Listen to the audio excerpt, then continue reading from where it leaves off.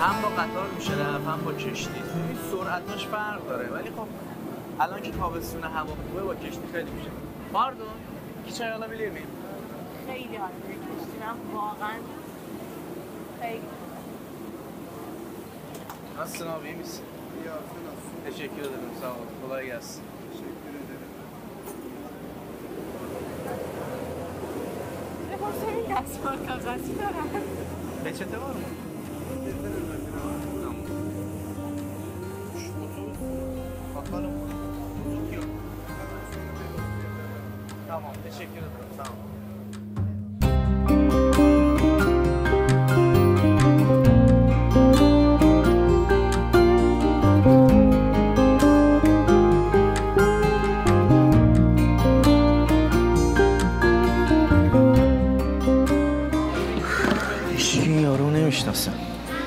احتمالاً از همینایی بوده که میان یه هفته دو هفته 4 نفر رو تیغ میزنن مثل تو میرن. یعنی رفت که رفت؟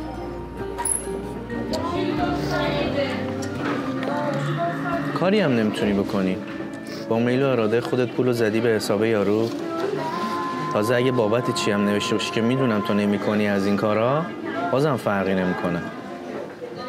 چون شخص حقوقی نبوده که، یه شخص حقیقی بوده که تو با میل و اراده خودت پول رو زدی به حسابش. تازه از نظر دولت ترکیه هم این قولایی که به تو داده اصلا همش غیر قانونیه. هیچ کاری نمیتونی بکنی. امین یکم پول بهم قرض میدی؟ میخوام برگردم ایران.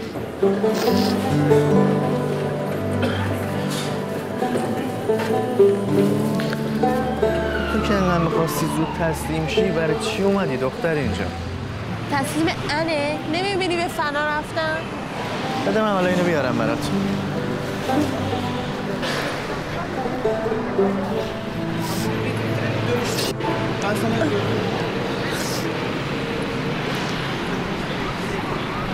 یه لحظه صبر کن من از اینجا دست متوازی بگیرم. Hello, can I get some tissue? Abi bir mendil alabilir miyim? Tabii buyur.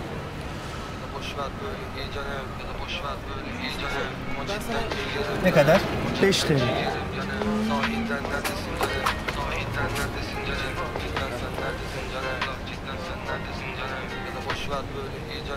Teşekkürler, sağ olun. یه کلمه انگلیسی هم بلد نیستم.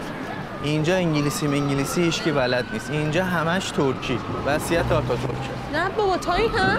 آره داشتم بهت میگفتم. ببین اینجا استانبوله. اینجا از هر کی بپرسی حداقل یه بار پولشو خوردن. اینجا آهو به بچه‌ش شیر نمیده. رو تو برگردونی جیبتو میزنن. واقعا؟ بله خاصیت استانبول همین هستن. حالا البته تو مورد تو خاصه، تو برای کسی سعی کن تعریف نکنی. استارباکس قرار گذاشته. همه میرن تو آفیس یارو، همه میرن تو شرکت یارو. اینم رفته برای ما با یارو تو استارباکس قرار گذاشته. خیلی بیشوری. حالا چقدر بود پولت؟ ماشینم فروخته بودم، نصفش که پول ماشینم بود، نصفش هم بابام گرفتم، آبروم رفت. یه کار برات پیدا میکنم. هم با آدمای بیشتری در ارتباطی، بزرگ میشی، زبونت راه میفته، خوبم پول در میاری. به مام باباتم لازم نیست چی بگی. واقعا میشه یعنی؟ آره میشه. ببین دخترای ایرانی اولش که میان اینجا معمولا 2 تا کار انتخاب میکنن. یا میرن تو سالن‌های آرایشگری، ناخن‌کاری آرایشگری میکنن، یا میرن تو کار ملک. ولی چون تو آرایشگری بلد نیستی و برای کار ملکم خیلی ببویی، میمونه یه کار که خوراک خودته. روزا میخوای مسخرم کنی؟ نه جدی. ببین دخترایی که کم قیافشون خوبه و سرزبون دارن، مثلا زبون دارن انقدر، میرن تو این شرکت‌های تبلیغاتی مجری میشن. جدی کجا مثلا؟ یعنی چه جوری میشه؟ شرکت‌های ملکی احتیاج دارن به یکی که کاراشون رو توضیح بده به عنوان یه مجری، بذارن تو اینستاگرام برای مشتریاشون.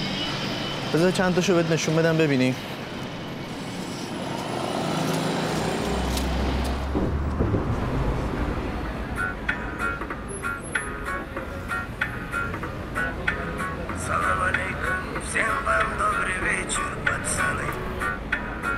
آره این خیلی خوبه، میتونم.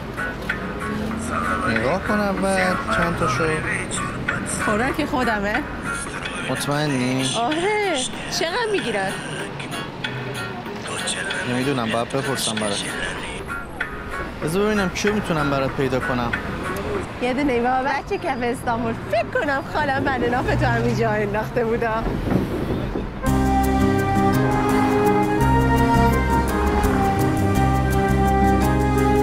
تمام رگای کف پام درد میکنه دیگه، انگشتم کار نمیکنه، ناخونم رو تو گوشت پام یه دون تاکسی نگرفتی. استانبول همینه دیگه.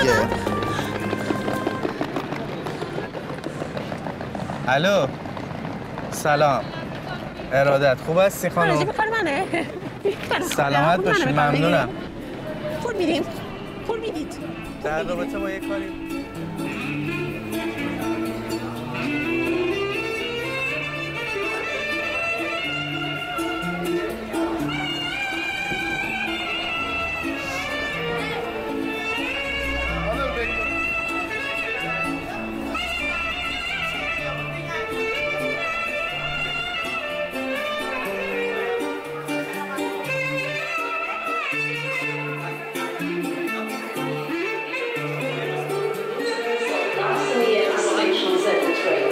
In case of such incidents, please inform the station staff.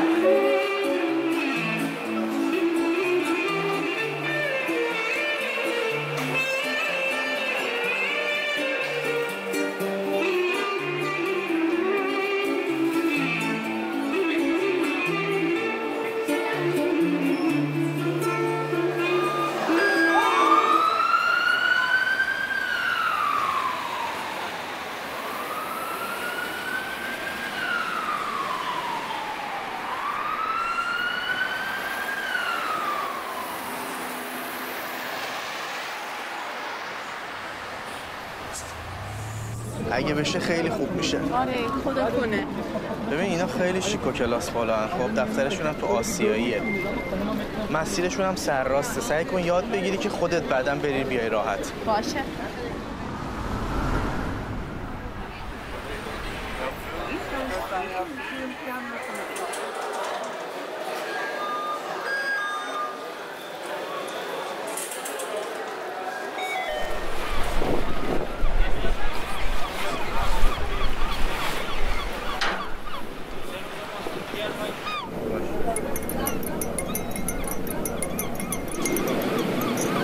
این قلعه رو می‌بینی؟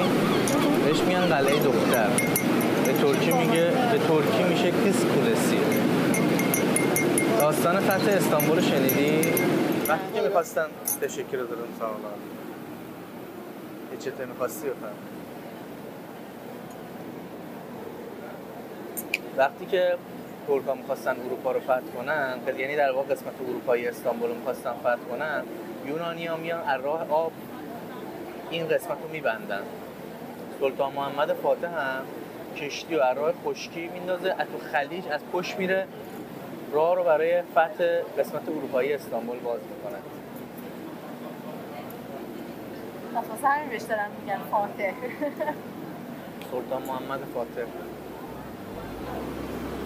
این بخشی از تاریخ استانبوله که برات تعریف. دمت گرم، خیلی حال میده واقعا، هوا هم خیلی خوبه.